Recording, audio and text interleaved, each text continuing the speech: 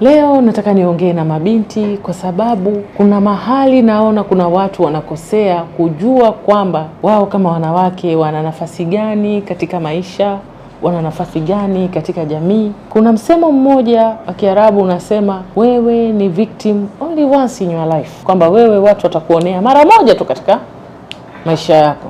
Ukionewa mara mbili, maana yake wewe ni volunteer, maana yake umeruhusu ya kutokea. Wanawake wengi tunafanya makosa katika uchaguzi wa mume, uchaguzi wa kazi, uchaguzi wa biashara, uchaguzi wa maisha yetu, na mwisho wa siku tunakuja kukaa chini kulaumu na kulalamikia watu kwamba watu wanatuonea, watu wanatukosea.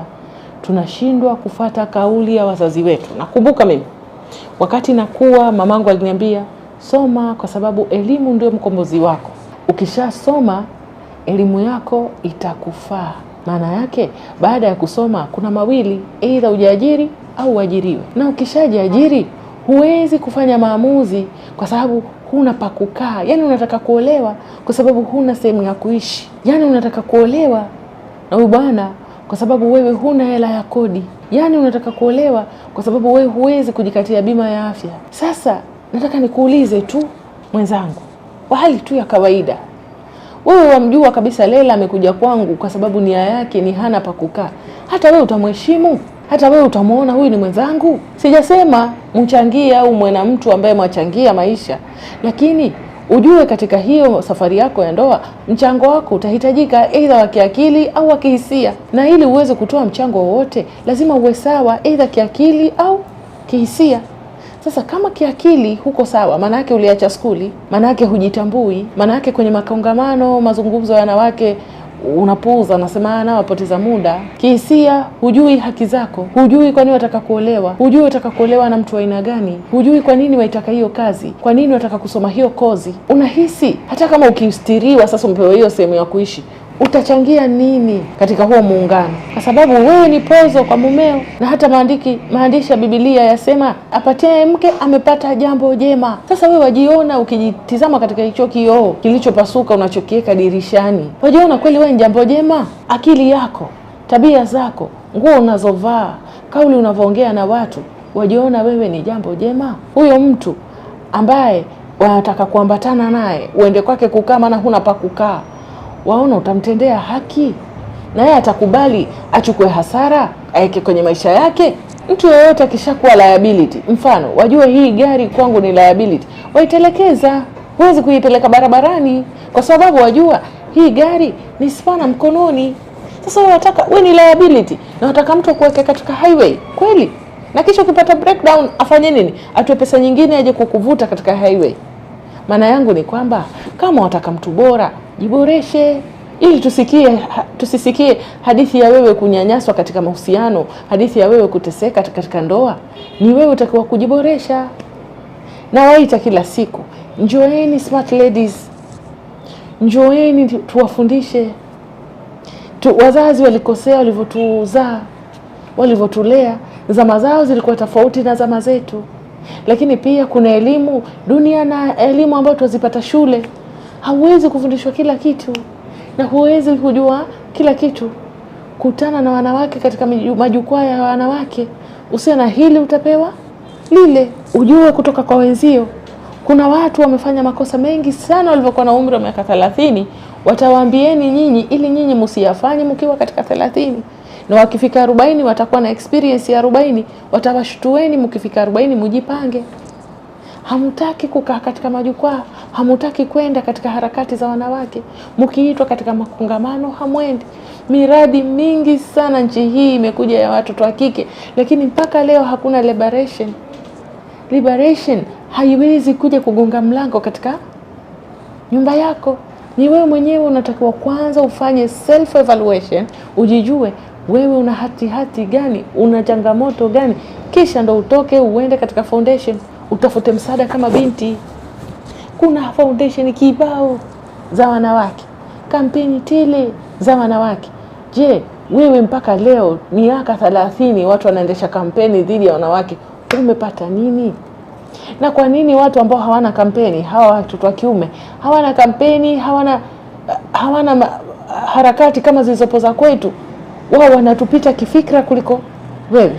Kwa nini mwanaume anafanya screening kabla hajakuoa?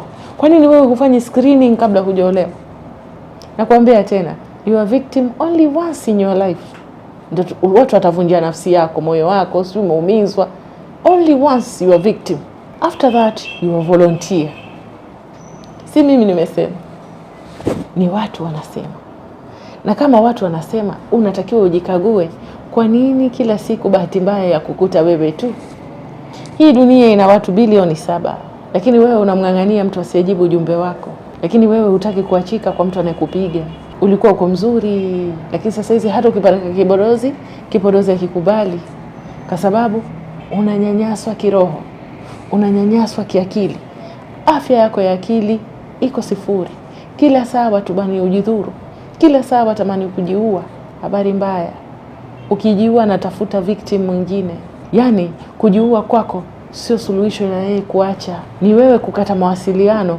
Kama ambavyo mtoto anakatwa kondo, wewe unatakiwa kukata pale kitovu ili yeye iwe mwisho kufanya uonevu.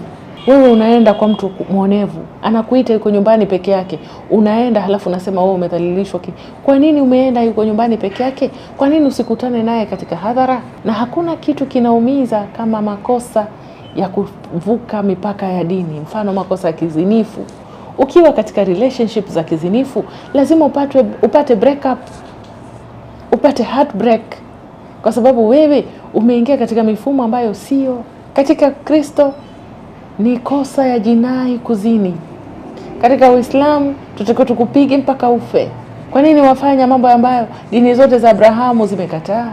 Na kwa nini walia break up na kati umefuata mwenyewe? Ungeomba na mtu baada ya chai, nataka nikupeleke tena chai, halafu baada ya hapo ataka mazungumzo marefu, ukampa address ya nyumbani kwenu, yote angekupata. Break up ya ndoa, at least uweza sali tahajudi ukaponyeshwa. Na ukiwa umeachika ama umepigwa divorce baada ya ndoa, una maumivu legal. Lakini ukiwa umepigwa break up kwa sababu mtu umemjua miezi miwili akakudanganya ndoa ili akupate, akakuzini, utakuwa una wapi pa kushikia? Hata ukienda mbele ya Mwenyezi Mungu wamuomba, waanza kwanza maghfira ndio uombe uponyeshwe nafsi. Yani ni kama kufanya kitu bila insurance.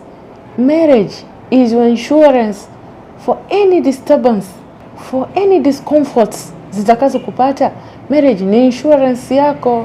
Sasa bahati mbaya ukapata mtoto katika mahusiano, huna insurance. Lakini ikiwa katika ndoa una insurance. Hatusemi kwamba ndoa ni kitu muhimu sana, sijui yabidi umefanya jitihada kuhusu ndoa. Ni kama huwezi kuelekea katika mstari unaotakikana katika dini zote, kaa basi ujitunze, usiingie katika makosa ya kiimani. Utaumizwa, utalia, na wewe ni victim only once. Ukipatikana mara ya pili, you are volunteer, umeataka mwenyewe. Sasa nyinyi wengine wana miaka 21, wengine tayari wako college, lakini wameacha kushika college. Sasa yeye anataka nyingi na 7. Mtaka nyingi na 7, upata mingi misiba. Na wewe usitake kuwika kwa mambo ya kuchachamaza kama hayo. Uwike kwa sababu ya zinaa, uwike kwa sababu ya kuvaa holela, uwike kwa sababu gani? Wika kwa sababu ya matokeo yako, wika kwa sababu college uko sawa, wika kwa ajili ya distinction. Kwa nini unawika ambapo huna distinction? Watajua wanafunzi bora wapewe scholarship, na wewe uwepo mmoja wapo. Kuna watu miongoni mwetu literally wanapewa loan na serikali wasome, hawasomi, wanawalea watu. Wapo. Sasa kuna miaka 21 walea, ukifika umri wa miaka 60 wataka kustaafu, utakuwa umechoka sana. Waonaje ukaanza kulea ukiwa na miaka 50? Ulee vizuri. Angalau hapo tutasema tayari kishazeeka, acha alee. Sasa hivi ukiwa na miaka 21 walea, ina maana utalea miaka 29. Utaweza? Kwa nini unajiongezea job description yako? Wewe ni wanafunzi, usiongeze mambo. Wewe ni binti, usiongeze mambo. Usipande cheo kabla watu hawaja kupromote. Subiria uitwe. Kila mtu ataitwa kwa wakati wake. Stahimilia, jipe muda uitwe. Haya, nawaombeni kila laheri na nawatakieni usikivu mwema. Musikilize mkiambiwa. Watu wote wanaowaambia, wote yamewakuta, wanawashtueni, msifanye makosa ambao wao wameyafanya.